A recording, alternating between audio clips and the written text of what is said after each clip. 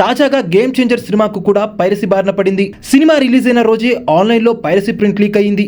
దీనిపై చిత్ర బృందం cyber క్రైమ్లో complaint కూడా చేసింది. కోట్ల రూపాయలు ఖర్చు చేసి గ్లోబల్ రేంజ్లో ఇమేజ్ ఉన్న ఒక స్టార్ హీరో 3 ఏళ్లకు పైగా కష్టపడి చేసిన సినిమా విడుదల రోజు నెట్టింట లీక్ అయితే ఎలా ఉంటుందో ప్రత్యేకంగా చెప్పాల్సిన అవసరం లేదు. సంక్రాంతికి గ్లోబల్ స్టార్ రామ్ చరణ్ హీరోగా, శంకర్ దర్శకత్వంలో దిల్ రాజు, శిరీష్ నిర్మించిన గేమ్ చేంజర్ విడుదల రోజే ఆన్లైన్లో పైరసీ ప్రింట్ లీక్ అయింది.